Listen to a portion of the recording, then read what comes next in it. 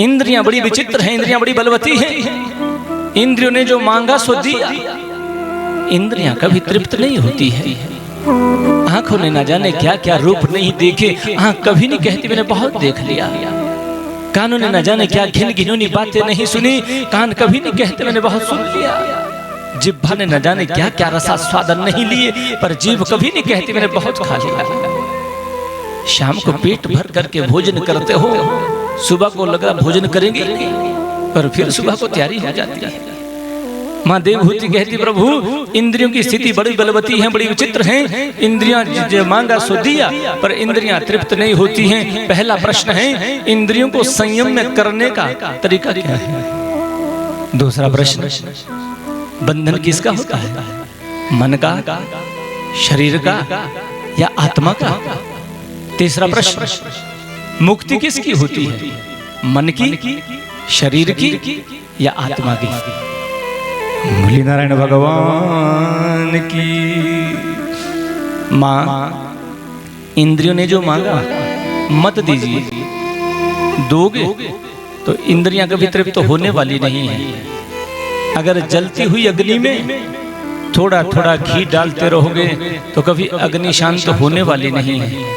या तो घी इतना डाल दीजिए अग्नि शांत हो जाएगी, या फिर घी डालना ही बंद कर दीजिए अग्नि स्वतः शांत हो जाएगी।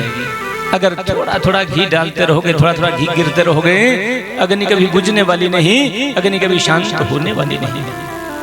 इंद्रियों ने जो मांगा मत दीजिए, अगर दोगे इंद्रियां कभी तृप्त होने वाली नहीं, इंद्रियां कभी शांत होने वाली नहीं। इंद्रियों ने जो मांगा मत दीजिए, दोगे इंद्रियां कभी तृप्त होने वाली नहीं है।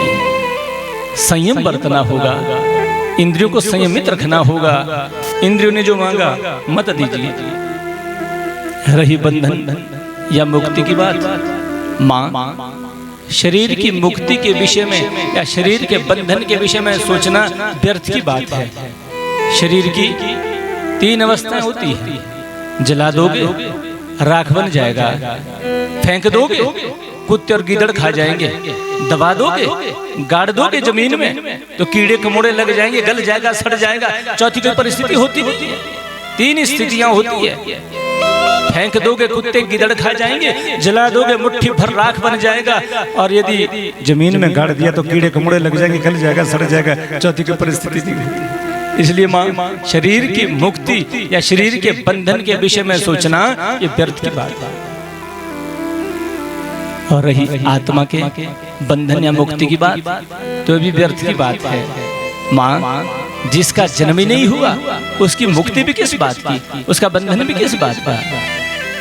न जायते म्रियते वा कदाचित् न भूत्वा वा न भूयात् अजो नित्य शाश्वतोऽयं पुराणो हन्यते हन्यमाने शरीर। मां शरीर का तो जन्म, आत्मा का तो जन्म ही नहीं हुआ, ये तो अजन्मा है, अमर है, इसका कोई जन्म नहीं होता, इसका बंधन भी नहीं होता और इसकी मुक्ति भी नहीं होती। नैनम छिन्दन्ति शस्त्राणि नैनम दहति पावकः नैनम क्लेद्यन्त्यापो नैनम शोष्यति मारुतः। इसलिए आत्मा के बंधन या मुक्ति के विषय में सोचना ये भी व्यर्थ की बात है। बंधन या मुक्ति न शरीर की होती न आत्मा की होती। तो बंधन किसका होता है और मुक्ति किससे होती है, मन के द्वारा। बंधन भी मन से है और मुक्ति भी मन के ही द्वारा है। मनः मनुष्याणां कारणं बंध मोक्षयो। मन से बंधन है और मन से ही मुक्ति है। जे अगर मन संसार में भटका है, विषय वासना में अगर मन लगा है तो समझो बंधु बंधन है। बेटा बेटी नाती पोता ये मेरा ये मेरा ये मेरा, ये मन में जो विकार हैं यही तो बंधन का विषय है। और यदि जितना प्रेम, जितना दुलार, जितनी ममता संसार से है, इसका कुछ प्रतिशत भगवान से हो जाए और मन भगवान के चरणों में यदि लग जाए, भगवान का समझ करके, भगवान का मान करके अगर इसका उपयोग करोगे तो ध्यान देना, यही मन है जो मुक्त भी कर देता है। मन के द्वारा बंधन और मन के ही द्वारा मुक्ति भी होती है। माँ देवहूति ने कहा, प्रभु तो ये मन संयम में होता कैसे है? और मन की गति बड़ी विचित्र है, मन की स्थिति बहुत विचित्र है, और मन की गति बहुत तीव्र है। जितनी गति मन की है इतनी गति किसी भी चीज की नहीं है। बैठे कथा में है, मन भी शिमला घूम के आ जाए। बैठे कथा में है, मन भी चंडीगढ़ की परिक्रमा करके आ जाए। बैठे कथा में है, बॉम्बे दर्शन करके आ जाए।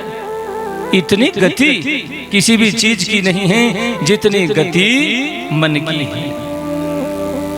और ध्यान देना, हमारे पास पूरा मॉडल नया है, शरीर नया मिलता है, हाथ पैर आंख कान नाक सब नया होता है। तो अगर पुराना कोई इसमें चिप लगी है तो वो है मन।